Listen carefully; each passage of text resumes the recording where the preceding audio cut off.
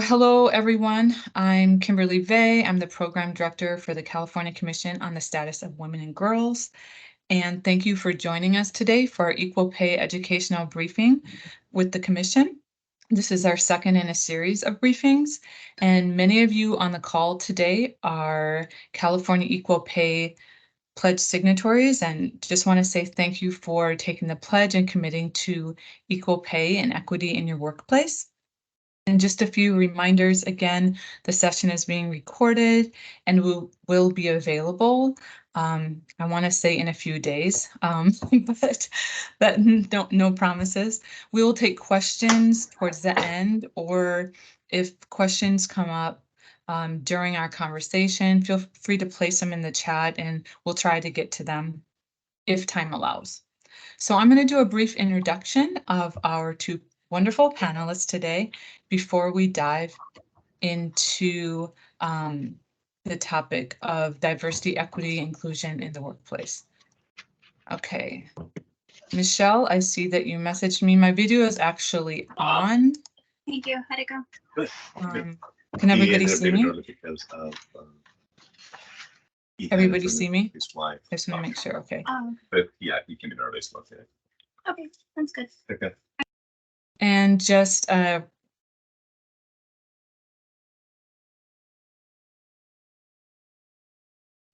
friendly reminder, please keep yourself on mute. I was trying to mute somebody else, but I muted myself instead. Sorry. All right, so let's get into it. So LaVada English is a passionate educator with a sincere belief in the potential of humankind. She is the founder and CEO of Right Places, Inc., a strategic coaching firm focused on leadership, development, and equity and inclusion. LaVada has worked in this field for over 2 decades, and she's just getting started. As a certified intercultural capacity coach, LaVada has impacted the mindsets of decision makers within private, corporate, and government sectors.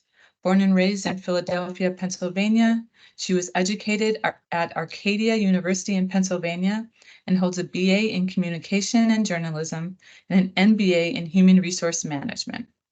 LaVada is the president for the National Association of Business Owners of Ventura County, California. She is an alumnus of the African American Board Leadership Institute and the Los Angeles African American Women's Public Policy Institute.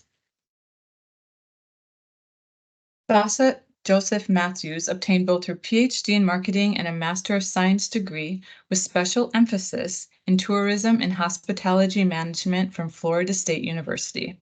She holds a Bachelor of Arts degree in mass communications from the University of the West Indies. Sacha specializes in marketing, customer service, and international business courses, including international marketing, marketing research, consumer behavior, international business, advertising and promotions, event management, as well as hospitality and services management. Dr. Joseph-Mathews is closing a chapter at the Eberhart School of Business at the University of Pacific as the Assistant Dean for Diversity, Equity, and Inclusion and Associate Professor of Marketing. And she begins a new chapter next week as the Vice President and Chief Diversity Officer at Stanislaus State. I said brief, but y'all are doing such amazing things, so I couldn't keep it that brief. So I'm just going to start with Sacha. I have a question. Most folks on the call have a basic understanding of diversity, equity, and inclusion. Some organizations call it DEI, EDI, JEDI, IDEA. For purposes of today's discussion, can you give us a basic overview of these concepts to establish a shared understanding?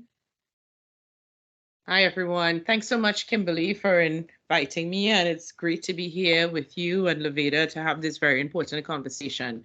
So, the basic acronyms: diversity, equity, inclusion, belonging, social justice. And I think the overall idea is that diversity, I like to use the example of a dance, right? Diversity is bringing everyone to the dance. And I think for quite a while, people have been caught up in this idea of who are we inviting to the dance, and want to have the dance itself as diverse as possible with so many different people from different backgrounds: sexual orientation, race, ethnicity, age, gender, socioeconomic background, veteran status, disability, and so forth and so on. But I like to say that diversity is just a gateway drug, right? Because this is just the beginning of the conversation. Because when we bring everyone to the dance, then what? Because this idea of when we get people in a room and around the table, how much equity and equality is there? I think this confusion between equality and equity is the other part that I like to really be clear with organizations, because I think for a long time we bring everyone to the dance and then we say, okay, well, we will treat everyone the same. And that is the focus of the organization, to put policies and practices in place where everyone is treated the same. But we know from the history that this country was built on several inequities. And so within the organization, we have to understand that we will need to give people different levels of assistance in order to give them access. And the best example I have of that is to say, a friend of mine, both, you know, she will often say to me, she and I, we want to get into a house. She's in a wheelchair, I am not. If we are both given stairs, we don't both have access, right? I would have access, she would not. And so giving us the same tool is not going to give us the same access. And I really want organizations to understand that that is a big difference between equality, everyone getting the same, and this concept of equity, where we get what we need in order to have access, in order to do well. And then the final piece I would say is where organizations that have really built and spent a lot of time building up their various departments from a diversity standpoint, how are we including people? How are we making people feel as if they belong, as if they are valued, as if they are part of the conversation? Because if I invite everyone to the dance and I have all kinds of people at the dance, now what? If I'm at the dance, but I'm not hearing my music, no one is asking me to dance, the food is whack, right? If all of that is happening and I don't feel as if this was for me, that I was thought of in this process, then how do I feel as if I matter in this space? And so that, I think, is the other piece that organizations now have to really consider. What are they doing to make their employees and their customers feel as if they matter, they belong, and they are valued in this space for their differences, for their unique characteristics that they're bringing to the table? And so I hope that gives people a clear sense of the difference between, you know, those hot button words of diversity, equity, inclusion, and belonging. Thank you, Sacha. Did you want me to show that one visual that we had? Okay. Yeah, I can show the video. I think the video just really, the shot just really helps to encapsulate this idea that at the end of the day, justice would remove all the barriers. But there is a stark difference between this concept of, you know, equality and equity. And you see equality, everyone is given the same assistance, but that doesn't help the vantage point of everyone. But when you think of equity, you think of what does everyone need so they can have equal access. And so that third block right there helps to illustrate that. But then the idea of justice is thinking intentionally around how we can remove the barriers to success, and everyone can have the opportunity to have the same vantage point and work regardless of what their challenges are in terms of diversity. So I think this is a visual I like to start the conversation with many times, and hopefully it helps to illustrate what we're talking about. Thank you. All right. So LaVada, why is a company culture shift integral when we are talking about sustaining these principles of diversity, equity, and inclusion in an organization? And what might this look like to actually begin it and have it be sustainable? Oops, you're on mute.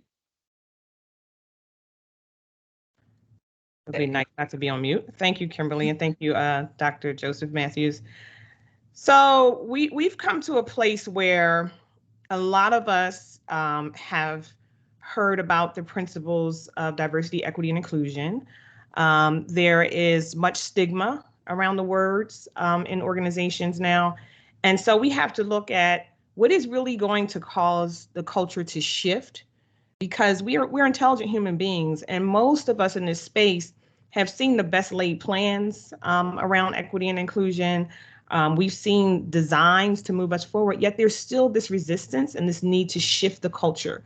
So those are the questions that are coming up now, right? So for one thing, cultures aren't monolithic. So you might have a culture that's really a good culture in an organization that we can just compound upon that culture, continue to grow. And we have to make sure that, for example, if it's a startup organization, right? And the organization is women and it's diverse and it's really aligned with inclusion and the values and missions are being lived out, the organization has to grow over time. So we have to ensure that we stay on track and that we don't sort of, pull back into this track like Dr. Joseph-Mathews was talking about the culture of this country, right? And how we have some embedded systems that can affect even the best plans, right? So we have to ensure that we're putting in standards of operations that help us to check and balance our values, key performance indicators that we're holding people to. We have to ensure that we are aligning with other partners and organizations that are on the same, path. And we also have to be prepared to not hold on to everyone, if you will, that won't be in alignment with our long-term goals. And it's not easy, right? It's not easy. It's change. It's change management, basically is what it is. It's change management. And change management, there's a process that we know is happening around other parts of the organizations like marketing or operations, right? Or financial strategies. We have to look at embedding equity and inclusion inside of all of those strategies. And now that we've we're moving past awareness, what are the business implications, right? That help to keep the business thriving, right? And to help to support culture shift. Okay. Thank you, LaVada. I'm writing all of this down. I don't know if I can write fast enough. This is great stuff. You had said embedding equity in all strategies, and that's really strikes with me. It's important. It's not just like a one-off, right? It's really embedding it into every fabric of the organization. So, Sacha, when we think about, so a lot of times, and I think this is kind of, people may disagree with me, may not, but a lot of times when we're talking about, a company might say, or an organization might say, let's do this DEI initiative. We got to get this off the ground. We got to start that, but then they don't put any money behind it. There's like no resources, nothing, right? But what companies, not saying that they, not every company does, but what they do invest time and money in is people, hiring people, right? So when you're investing all these resources, time, energy, money into advertising and filling positions, you don't hire somebody just to fire somebody, right? So when we're looking to fill positions and we are a lot of times wanting to reflect maybe the communities that we serve or live in and work in. What is the key, Sacha, to, I know there's not just one key, but what is something to hire and retain a diverse workforce? And like you kind of said at the beginning, once you have that workforce, how important is inclusion and belonging for employee retention? Yeah, one of the things that we talked about, and LaVada mentioned this, that sometimes organizations are holding on to individuals that probably is not down with this new path that we are on, and they can be toxic to the organization. And I think often when I'm talking to organizations, three things I try to emphasize. One, we cannot continue doing the exact same things that we were always doing and think that we're going to have change, right? So organizations will say to me, Dr. Sacha, we don't know where to find diverse people. And I say, well, where are you looking for them? If you were looking in a pool that was undiverse last week, that pool is not diversified in the last week. So you cannot continue to look in that same pool of homogenous folks to find diverse groups. You must be intentional about it, right? So I think that's the first step to really expand how you seek out talent if you want to find new talent that comes from a diverse background, you have to look in new places. And then if I had a dollar for every time I worked with an organization who said, well, I don't think that people of color study this field, or I can't find people of color in this, or I don't know where to, how will I know if someone comes from an LGBTQ background, or, and I say you have to be intentional. I mean, this information is out there and these people you can find them. So that's the first step to step outside of our box when we're trying to find diverse candidates.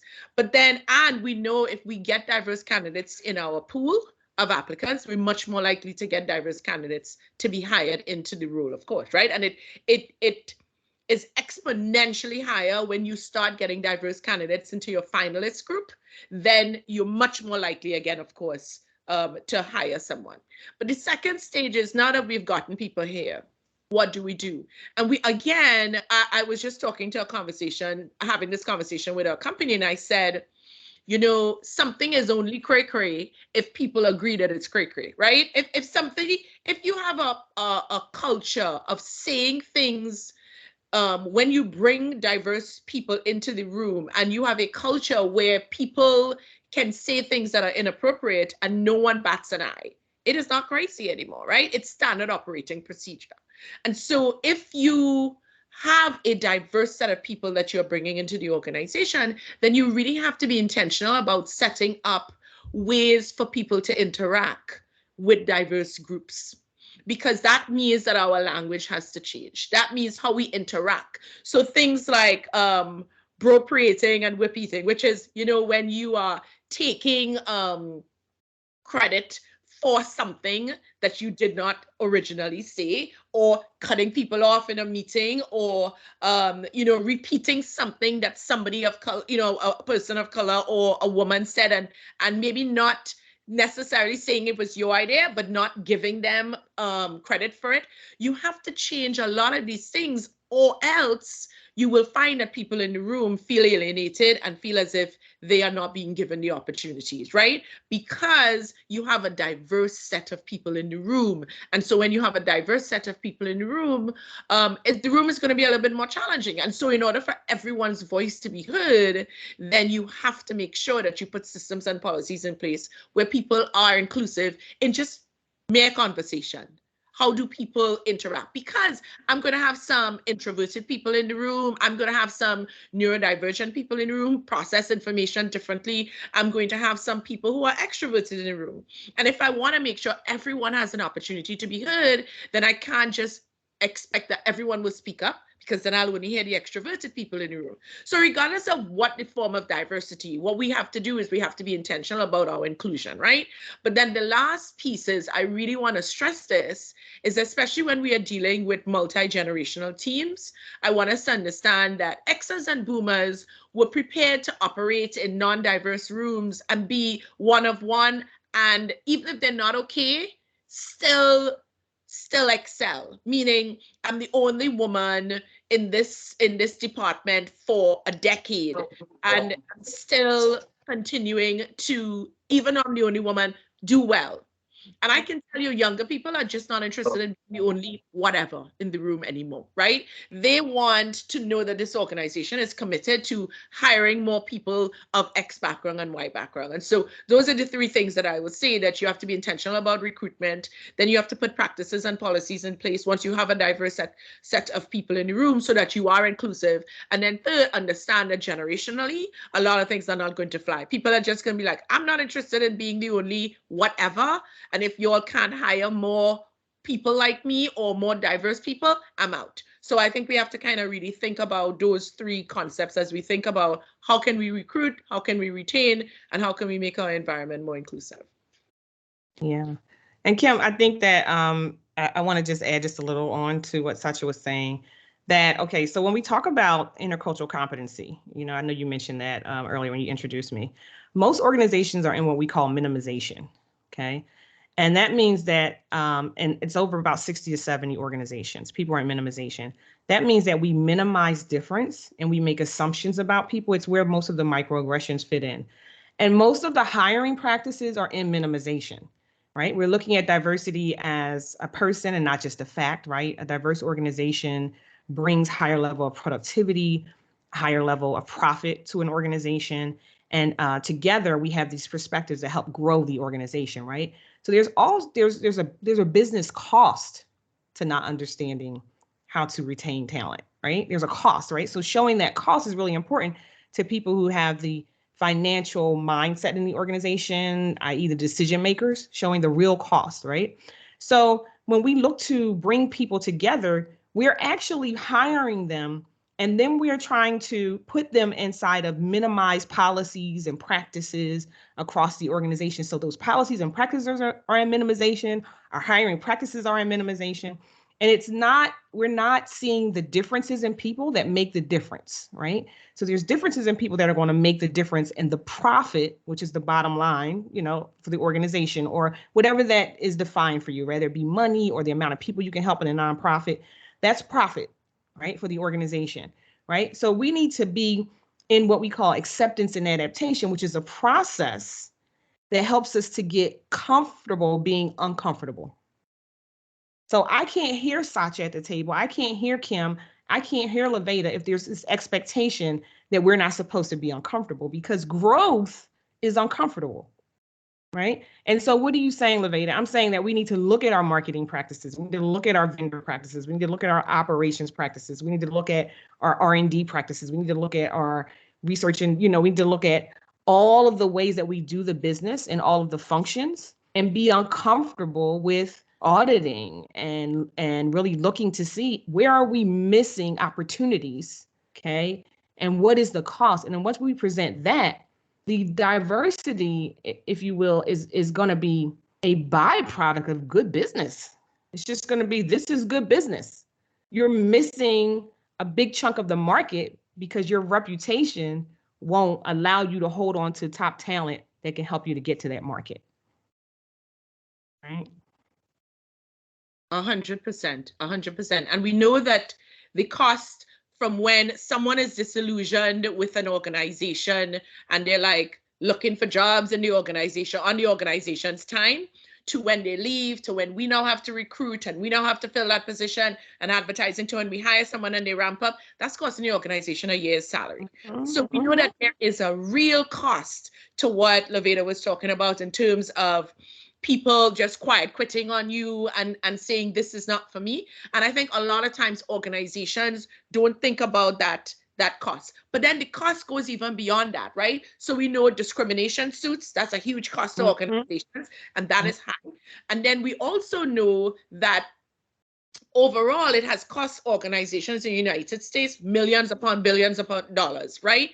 The cumulative effect of people feeling as if they're discriminated against, they don't matter, that this organization is not interested in me, and unearned income from really benefiting from people's full potential in the organization, right? So I'm in an organization and I think that I'm being treated poorly and I go to another organization, but what could I have brought to that organization? Right. Could have taken that organization to the next level. And so when I leave, that organization never benefits from that. So all of these kind of hidden costs that we don't think about that are real and that are really unfortunate in 2023 that we still have in this conversation,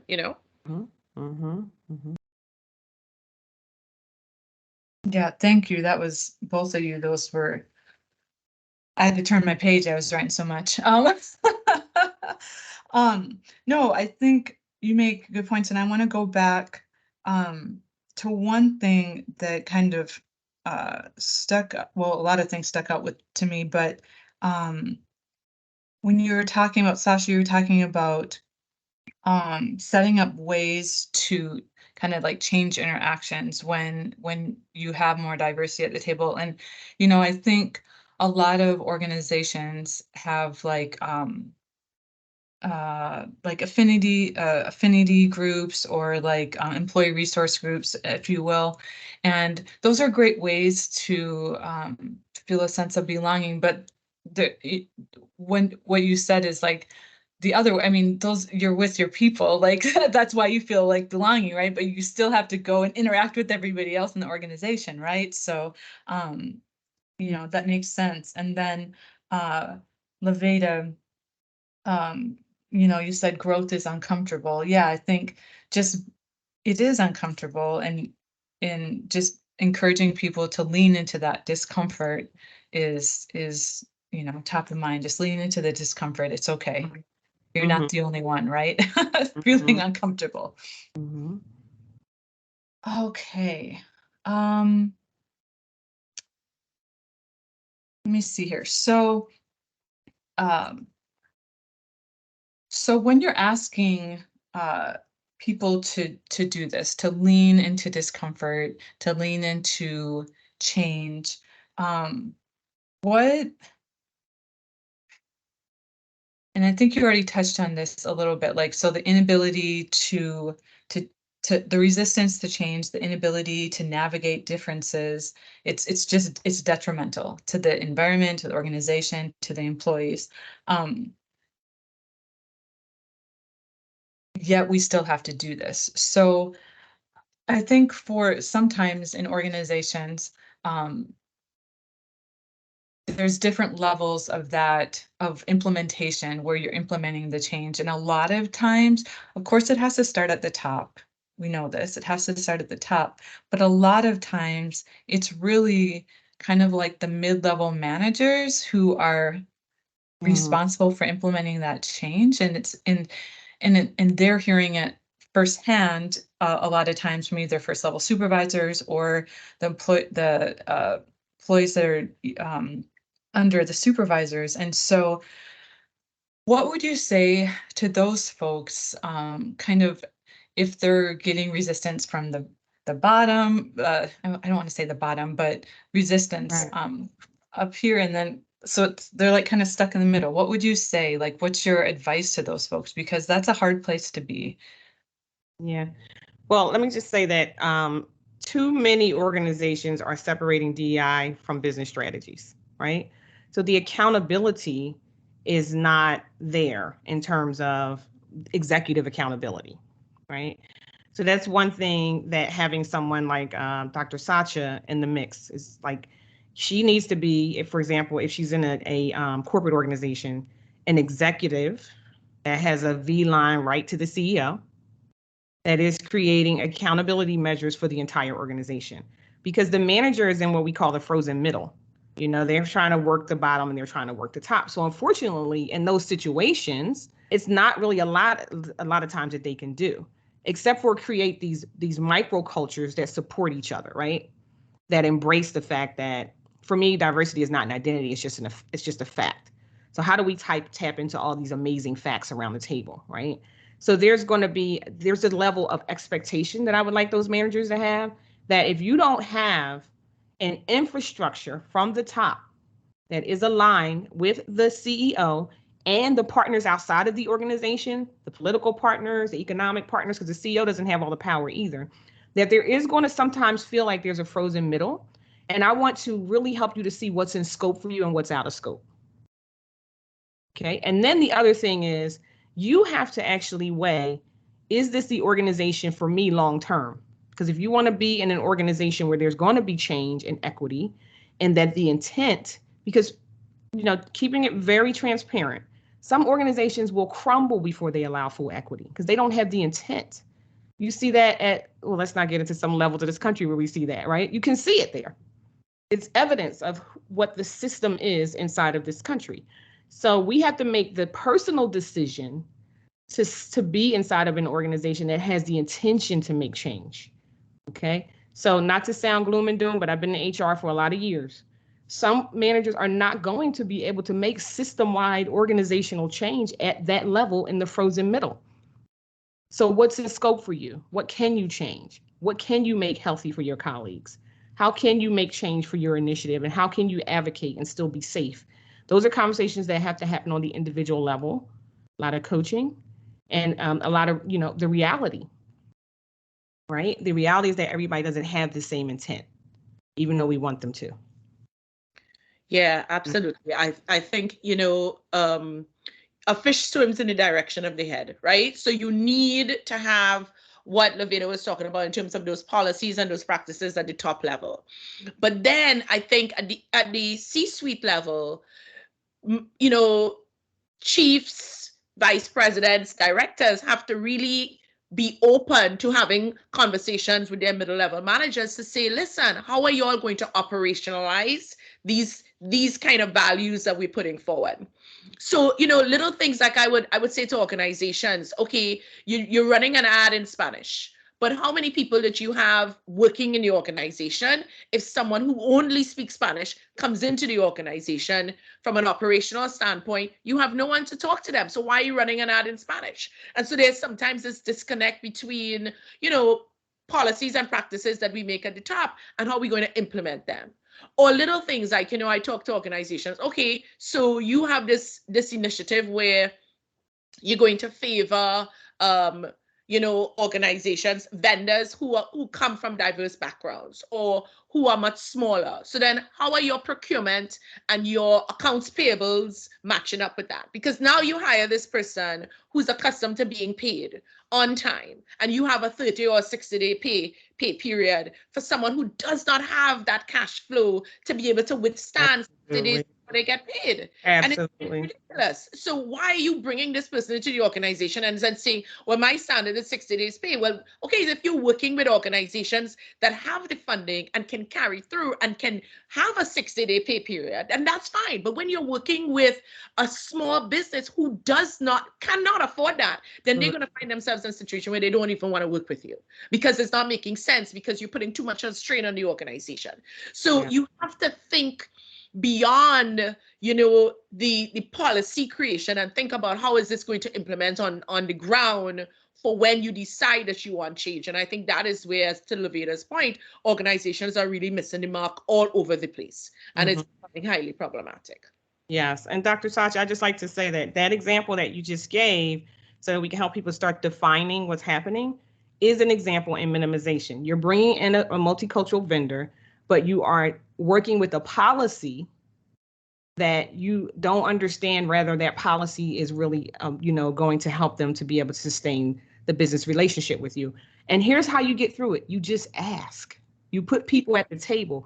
Before you bring on multicultural vendors, you need to have a commission or a meeting with multicultural vendors. What's important to you, right? But people who aren't in acceptance and adaptation, right? These are technical terms around intercultural competency. They don't lead with asking questions, right? So this one of the key things that I like to teach leaders and executives, managers, anybody across the organization is coaching skills. You go through the coaching program because coaching is about asking questions. And if you ask questions, you'll gain information, and that's going to open up your perspective. And one of the things you could ask is, do we have the right people at the table to start this initiative? If the answer is no, then we just go get the right people. It's simple. It's simple. Yeah. But then, even when we get the right people, because what we might find is, okay, let's say I hire people from a particular background in the organization, and this person may have the technical training, right? This person may be from whatever technical skill that they have.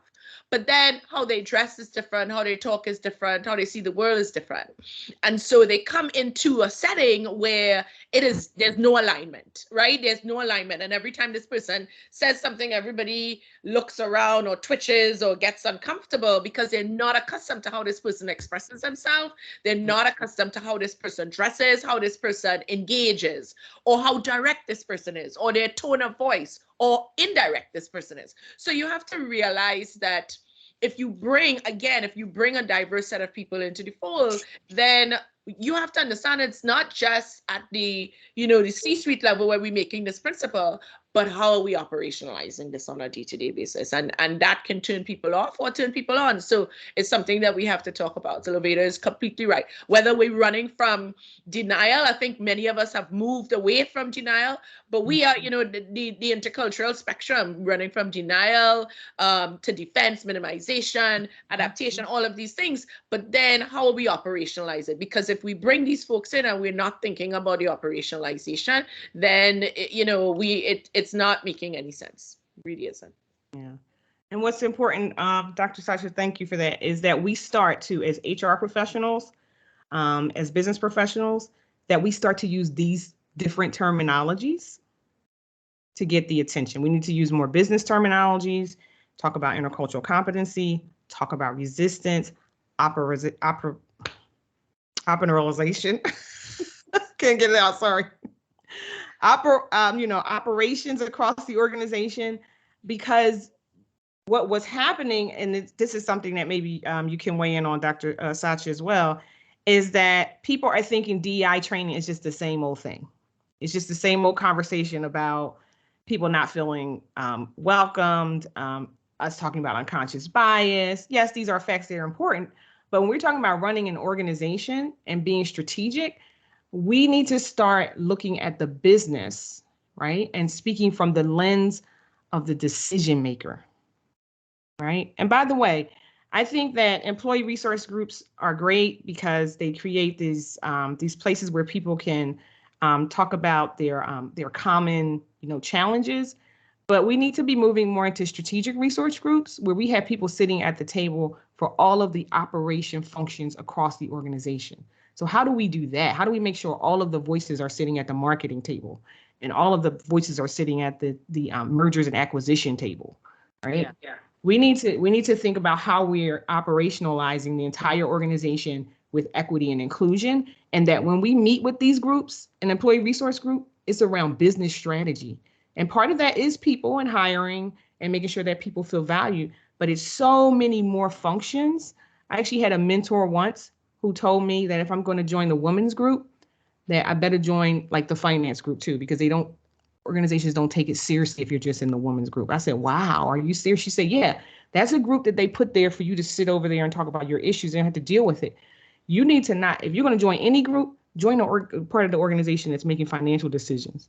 That's where you want your voice as a Black woman. I love that. Thank you both so much.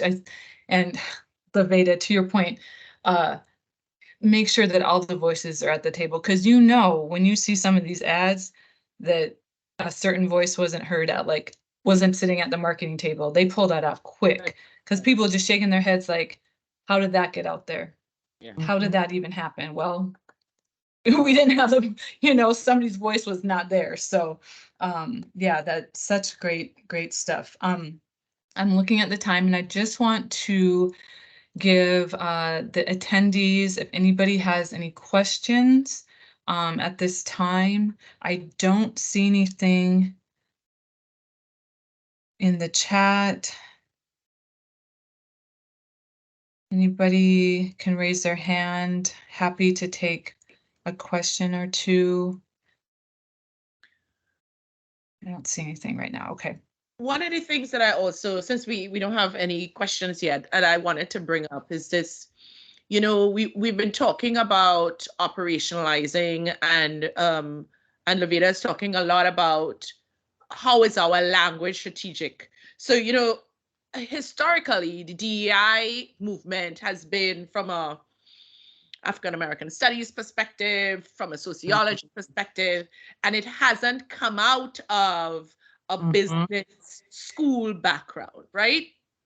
And I have really found that when we start being strategic, to LaVada's point, about using the terminology that people in the C-suite can understand, then that really helps us to move it along. And so kind of really being intentional about connecting that value discussion to the operationalization discussion, because a lot of times, managers will say to me, okay, I understand how this DEI is relevant to my life, but not to my job, right? If people just do their job, and I said, yes, but how are we doing those jobs? How are we thinking about diversity, inclusion? What are we doing for our guardrails, for example? So as a guardrail, so, there was a study that was done because symphonies, for example, are historically non-diverse spaces, right? But if you ask any symphony conductor in the United States, why don't you have more people from diverse backgrounds? They would say, well, people from diverse backgrounds don't like classical music. They don't study classical music, whatever would be the excuse. But then a study was done where they just changed one thing and implemented one guardrail. And what was that guardrail? They did blind auditions. And when they did blind auditions, they increased the people of color and the women by 50%. Because the reality is, and I see this especially in California, we all kind of talk about the fact that we don't see color and we're not biased people and everybody has a Black friend and a gay neighbor, and therefore we are inoculated against bias, right? And so if we are not willing to have that first conversation about the fact that we do need guardrails in our decision making to help us keep on track, to help highlight where our biases are showing up. Then we're not even going to be able to be successful in the operationalization, because we have to be intentional about looking at manifestations of bias. So if an outcome is biased, then something in the process is biased. But if we're not real about looking at our outcomes, we are seeing this amount of managers that are coming from a diverse background and X amount that are not. Well, what is the explanation for that? We have to go seeking that out. We can't be reactive. We got to be proactive. And I think that is a huge demarcation against organizations that we see are making strides, where they're being intentional and they're being proactive, versus organizations that are spinning in the wheel and saying, but we don't know what's going on. You know, we've done these things, but we're not seeing the fruit of our labor. People are still seeing crazy things in meetings. There's microaggressions everywhere. And I say, well, talk to me about guardrails throughout your organization. What are you, because our decision making is alarmingly contaminated by bias. And therefore, we have to be intentional about how we can reduce that contamination. Can't eradicate it completely, probably ever, but we could reduce it by placing these things like guardrails in place, looking at how are we screening out people at the interviewing stage or at the resume sifting stage, right? How are we screening out good candidates? Because study after study after study has told us that candidates with certain sounding names have a different experience than candidates that don't have those kinds of names. So really operationalizing it with intent. So I just wanted to add that to LaVada's comments. Thank you, Dr. Sacha. And I also like to say that when you hire a marketing exec or a business operations exec or finance strategy exec, you're not hiring them to convince the organization that their function is necessary. You know what I'm saying? So a lot of times what happens is a head of DEI will come in, and part of their job feels like it's convincing the organization that they should be accountable for the function for which they are hired. And I'm like, this makes no sense. Or if you think about it, right? So when you bring someone in to run, first of all, it's problematic in the first place because it's separate, right? But when you bring someone in to help embed equity and inclusion, that, like Dr. Sacha said, the idea that equity and inclusion is going to happen should already be decided. So we're not questioning whether or not it's necessary. We're looking at the fact that we have a deficit in the C-suite. That's the outcome. So we work backwards from the outcome. Is there a dysfunction? Yes, based on the outcome, there's a dysfunction. We have to solve this problem, right? It's the same if we have a deficit in sales. There's a problem. We need to get to 20% more sales. That's already decided. The goal is already decided. I've seen too many people come in. Honestly, people have come to me and said, LaVada, should I take this position? No, I don't see a strategy that's already laid out. I don't see a decided change that needs to happen in the organization for which this position will be aligned. I don't see it. So therefore, it's a setup for you to fail.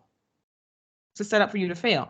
So, you know, when we start to reshape our perspective, when we see that these initiatives or these directives are embedded in all areas of the organization, then we can take on a job like that, because you know, you can't go around as an executive trying to convince people that your position, it should be there. I just don't get it. Like, overall, it makes no sense. 1 + 1 is 2. The math is not mathing, as I like to say. So that's why we are, unfortunately, a lot of times, fortunately and maybe unfortunately, a lot of times it's more effective to have a consultant come in that's not married to the politics of the organization, right? That works with you, that's not afraid to say, this is not adding up. You know, or not afraid to say, if you don't change this, then this needs to happen. Because as soon as that person becomes part of the organization, then they are indebted to their boss, their paycheck, their organization. It biases. It creates a lot of bias. Yeah. Thank you both. Yes, you say it so much more eloquent than I do, LaVada. I'm like, the math ain't mathin'. I just gotta say ain't. It just ain't mathin'. Right. And I am just, for the record, I am a classical musician. So, you know, there are There. There you go. The math ain't happening. There you go. I think it's Um, PBS that has that video Dr. Sacha was talking about where it looks at the women that are coming in and they're behind the Yeah. curtain. It's a really, we have to share that video with you. There's a little video on that, how the orchestra and increased the amount of women.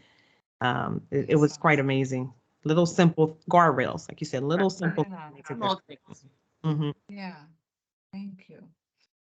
So I want to ask a light of fun question to both of you. At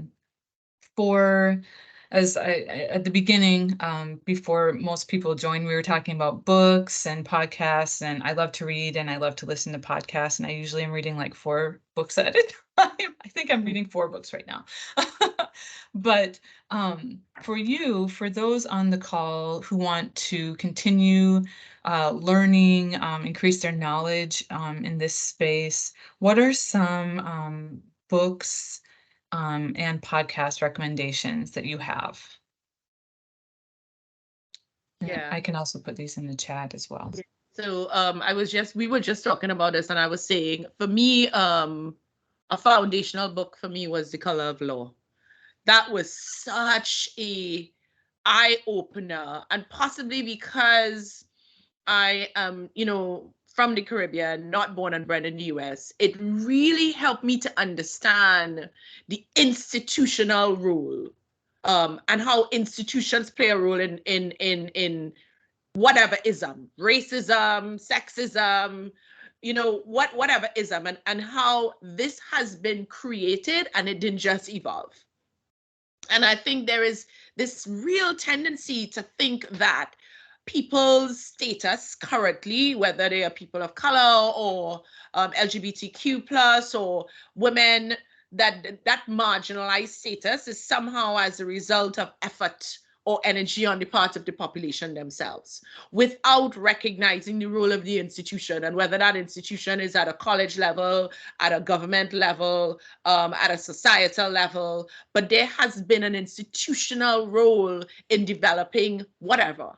And so the Color of Law helps us understand the government's role in creating ghettos, or creating the housing crisis, or understanding the wealth gap, that there has been an intentional role by a third party to create this construct that we are seeing today. And so I think that is really eye-opening and can help change perspectives. And then the other one, Kim, you and I were talking about is, So You Want to Talk About Race. And I think that is also a very good one. And those are two very, very different books. The Color of Law is very academic, and helps, with a lot of data. And So You Want to Talk About Race is a lot more conversational. But I think those are 2 big ones that I really enjoyed reading in the last year.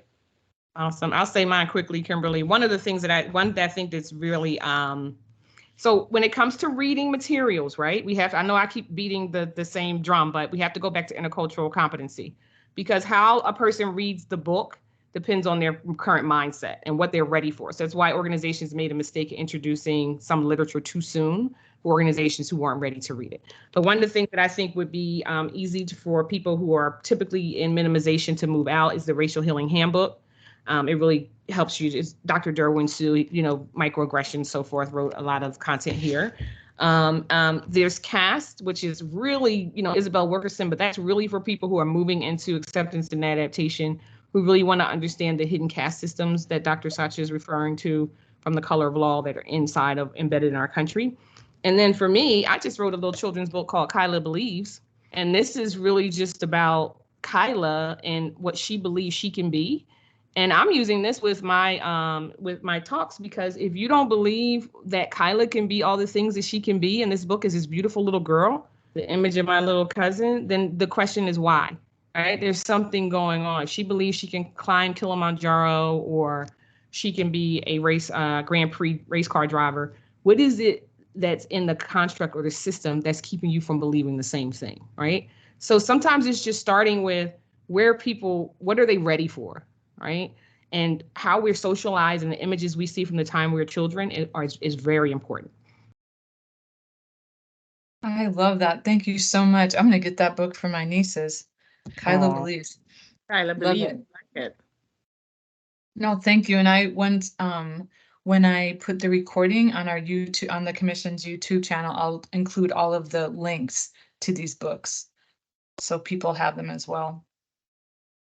Well, thank you. I think that's time, and nobody has any questions, it looks like. So I just want to thank both of you for taking the time to be with us today. And thank you, everybody, for being present, sharing your knowledge. I see somebody in the chat said such an energizing discussion and can't wait to rewatch the recording. So that's lovely.